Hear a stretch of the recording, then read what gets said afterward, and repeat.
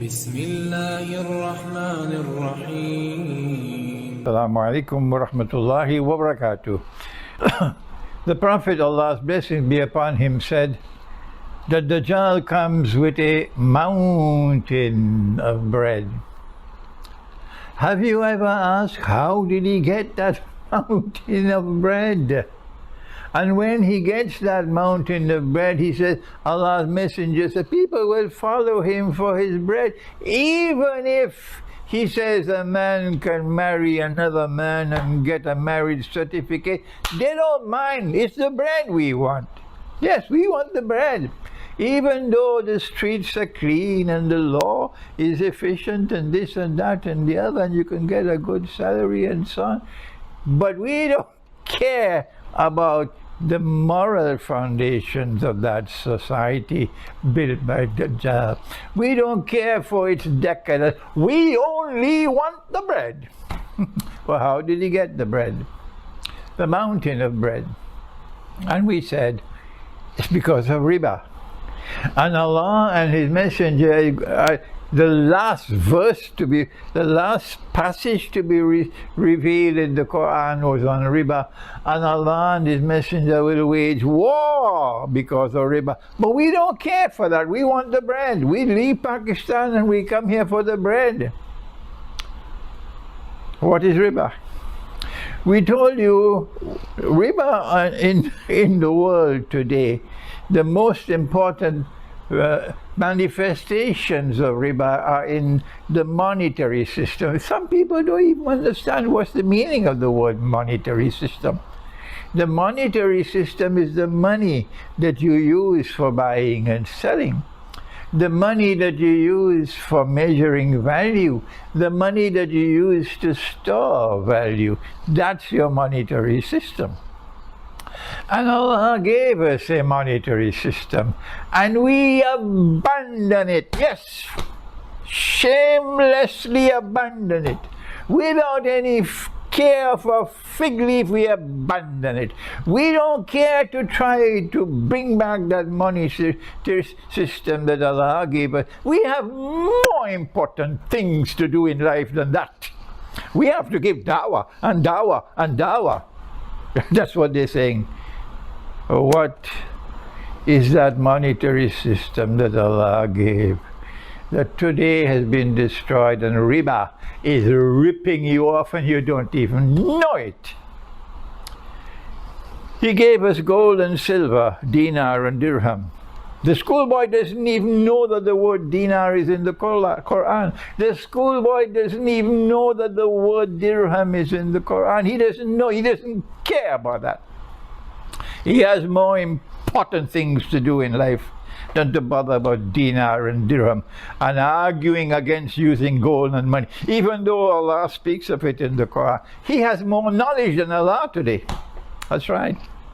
So the monetary system that Allah gave us, which is gold and silver, it is money with intrinsic value. You think the schoolboy cares about that? Money with intrinsic value. The value of the money is in the money. He has more important things to do. I am bitter.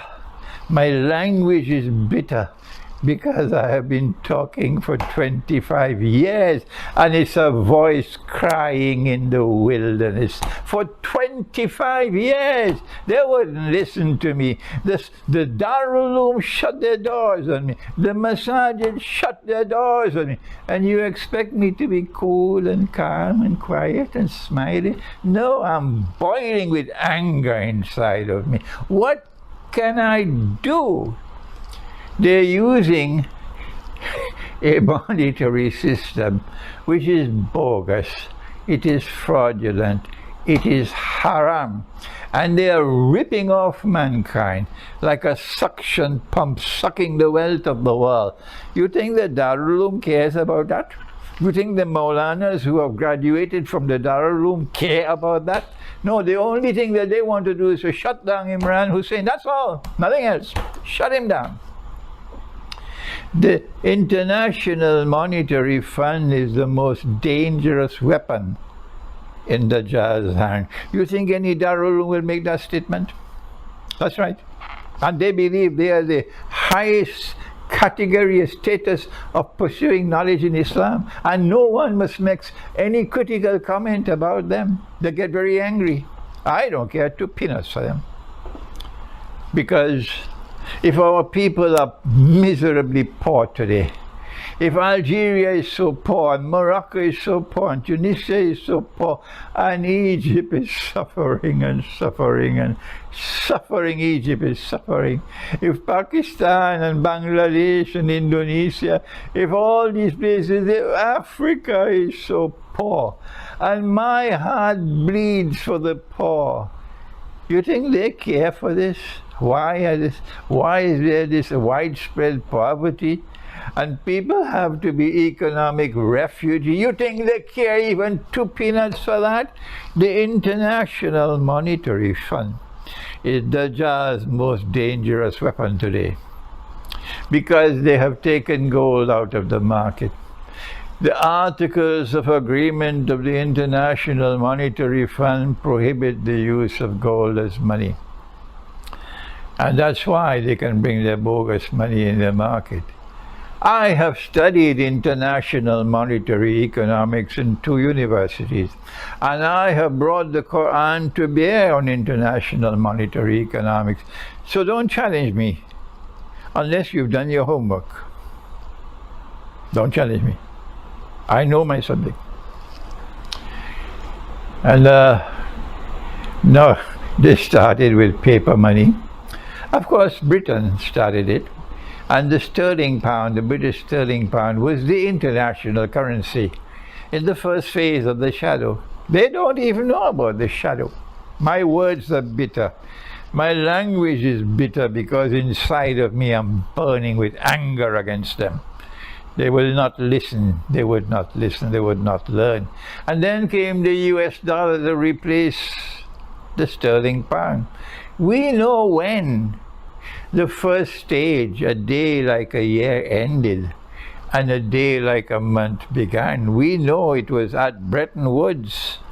We know it was when the Bretton Woods Agreement realized the replacement of the sterling pound with the US dollar. That was the last nail in the coffin for Pax Britannica. Oh yes.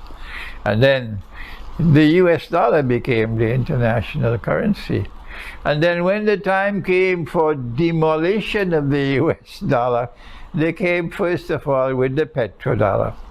And the US dollar flew high, oh yes, fly like an eagle with the petrodollar. And then when the time came for the petrodollar to be demolished, they came with cryptocurrency. But do you think these fellows understood it? Did they? Do you think they understand what is the role that the cryptocurrency is playing and Bitcoin is playing? No, they have tunnel vision. They don't know the big picture. And this is how they're able to now to move to a new monetary system, which is going to be even worse than everything that came before. One single currency for all of mankind, only one. And guess who controls it? Oh yes, the Zionists. Probably the Israeli Central Bank. That's coming tomorrow while they're eating their biryani and going home and sleep. Forgive me if I'm bitter, because I have every right to be bitter on this subject. But then this is not the only way that they ripped us off with the monetary system. And you cannot find any government in the world of Islam, not even Imran Khan's government, which will declare dinar and dirham as legal tender. They don't have the backbone to do that. None of them. Declare dinar and dirham to be legal tender, even while the Pakistani rupee is still accepted in the market. If you declare dinar and dirham as legal tender, it means you are legally entitled to ask for your salary to be paid in that sunnah money. That sunnah money. That sunnah money. I repeated it 3 times. Any laborer can ask for his salary to be paid in that, not in the bogus paper money. We had a salary, we could buy a camel. A few years later, we can only buy a donkey. That's that money. Everybody will realize that money is bogus. They want this money, and the rupee will automatically by itself collapse. But no government will do that, because if you do that, you'll be standing in the face of the IMF, and not even the Russian government will declare gold and silver to be legal tender. Only one country has done that, I believe. It's Israel, and some states in the United States have done it.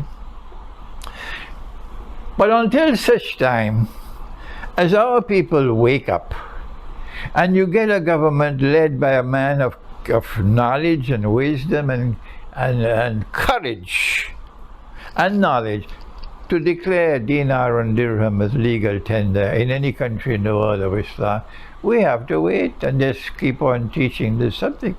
But there's another way that they also suck the wealth of the world, and they get the mountain of bread. And if you want to understand that way, you must read John Perkins' book, Confessions of an Economic Hitman.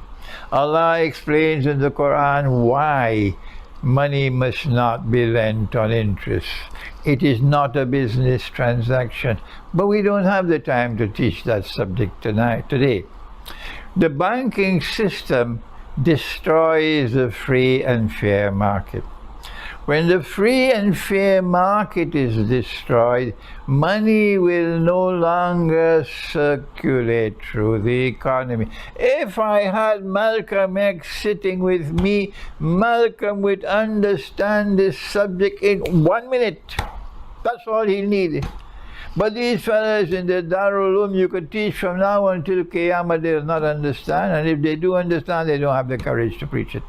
My language is bitter.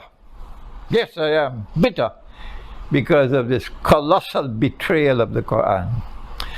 If you allow money to be lent on interest, you will corrupt the economy. You will destroy the free and the fair market. You will no longer have a healthy economy. What is a healthy economy? They don't teach this. A healthy economy is one in which wealth, let me speak slowly. A healthy economy is one in which, Imran Khan, are you listening? A healthy economy is one in which wealth circulates throughout the economy.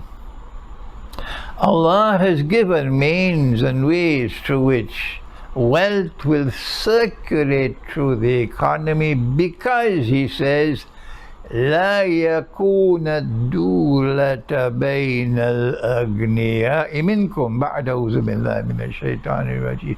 Because he does not want an economy in which wealth will circulate only amongst the wealthy.